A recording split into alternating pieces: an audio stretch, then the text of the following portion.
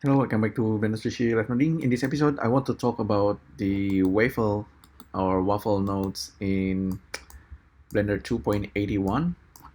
So in the past, I talked about these nodes already. So basically, there is an example in SVerchok that uses the waffle, and I actually recreated and try to simplify it in a way that it's actually supposedly easier, and you can actually use Blender Boolean to make it a little bit faster. So the waffle, basically the waffle, if you start with something like this object over here, and you use the waffle, and then you go through the process, it's gonna generate this outline. So they're kind of overlapping, so maybe not very clear. But if I turn off one, you can see here there's some kind of cross section of these original shapes, and the cross section is doing it in 2 axes, and for each cross sections it's generating this this kind of line, which is I found it really quite interesting. And you can actually adjust the thickness of the line as well. You can see there, if you're doing it properly and you get the outline, those are something that you can print out as a cardboard or like a thin wood, and you can generate something like this. These actually work. So like a kind of like a plate, and you can put it together and you get the original object. It will click. So that's the premises of the cross section of the wafer nodes. You can see that we need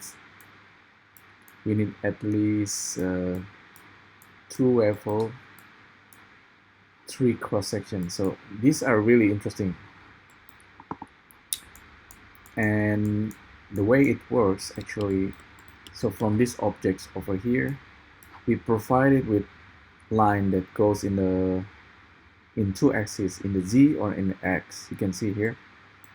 So this is quite interesting. Z axis, and if we use the matrix in correctly adjusted, or with the parameter, we're gonna have lines that's kind of cutting through the objects in 2 different axes. And for each cut, it's supposedly it's gonna create a cross section, right? And the cross section, from that cross section, is gonna generate this thing that will click. That's the kind of like the waffle or the wafer construct.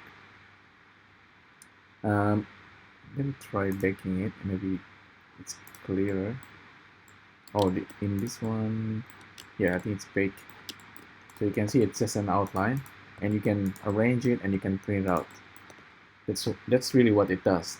So I think what I'm trying to show you, if we actually use Boolean, so from the cross sections, if we solidify it and we Boolean it, we might actually able to recreate it. So it's supposedly faster. So the Boolean itself, of course, if you check it out, it's gonna consist of intersections and difference. So there is a difference and intersect. So there's a little bit of trickery happening there. So this one, I might give you the blend anyway, but there's another example here where I have this cross section that can do it in 3 different axes. I think X, Y, Z. So this is the basic idea. What I really want to create is that if you have, like, for example, you have Susan head, I like this setup, my setup, to simply get the bounding box of Suzanne in 3D. And from the bounding box, I want to be able to create this cutter slicing in all 3 different axes, and you just choose 2, and then from the cross sections cutter, you use it as Boolean, and you use the intersections, and you get the cutout. You get the cross section using Boolean, basically. So let's have a look what I have here. It's still just an idea. So I do find this one can be slightly faster, but SVerchok WAFEL actually does it a little bit slower, but it does it all automatically. This one take a bit of work. Here I actually have a torus. I started with a torus, and let's just control click. So we have this viewer. So there is a torus. I started with a torus, and the cross section, what I have here is the cross sections that supposedly cutting the torus if you do it properly in all 3 different axes. Where's the other one? Oh, did I delete it?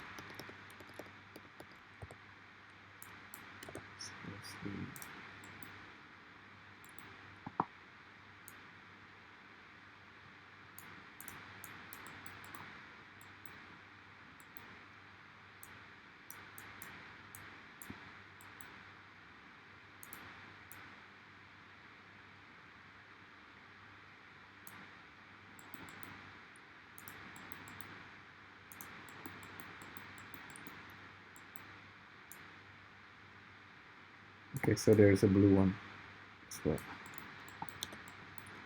Alright, so let's explain this. So 3 x, y, z,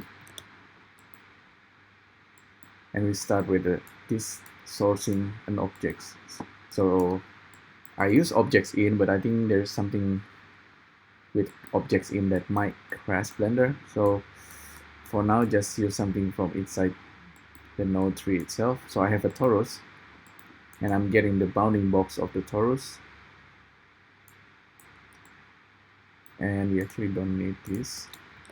So I just grab the center matrix of the torus. From the bounding box, we're gonna get this. So that should cover the torus itself. Let me check. So yeah, we have a thin torus, right? We make it larger,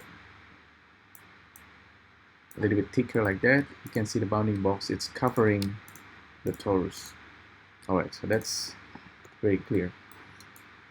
So from that box of bounding box of the torus, we can get the origin of every face. Basically get the center point of every face.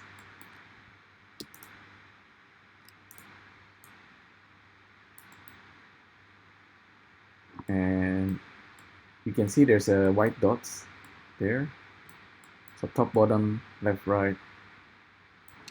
From that top, bottom, left, right, and front and back, we can get those points. So get list using list item, get those points, and then lerp it, interpolate between those 2 points. From interpolation of those 2 points, we use matrix in and box to get this. So these currently, so if we get our torus back as well, so supposedly what I really want to have is this thing, slicer that cut through the torus. So if I actually bake the torus and the slicer, okay, we have a lot of objects there. Let's hide it. So this is the torus and the slicer. The slicer, I'm supposed to join them into a single objects. Control J. Select the torus, Boolean with our, okay, let's combine this as well. So this is supposed to be, so that's the torus, that's the slicer. the torus and the slicer and get the intersections. So this is what I want to create. And we're supposedly able to do this in 2 different axes. So let me display this once again. So the green supposedly, yeah, something like that.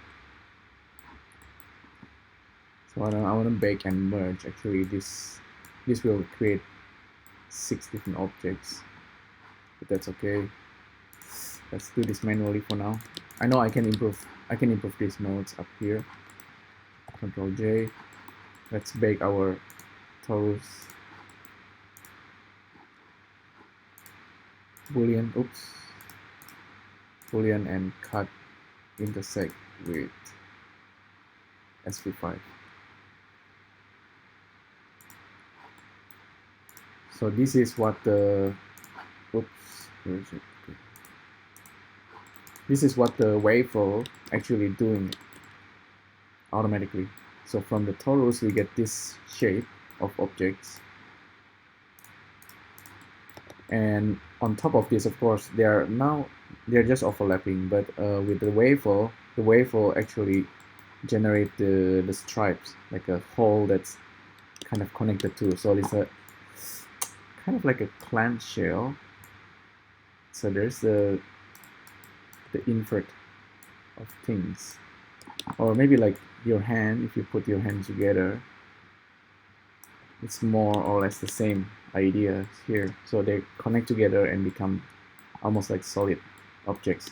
So that's actually basically recreating the wafer, but we are using Blender Boolean intersects, and this is actually working quite well most of the case.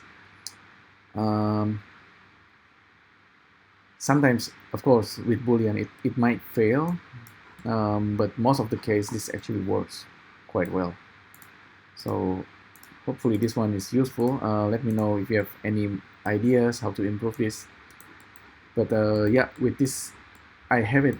You just pick 2 of the axes to create this kind of a cutter for cardboard and wood, this wafer structure, and then you can print it out, or in my case I like to just export it out as AR. So but it's interesting, very useful, and it's actually, so if you want to do it with the wafer, you need the cross sections and wafer nodes. This thing works, but slightly confusing.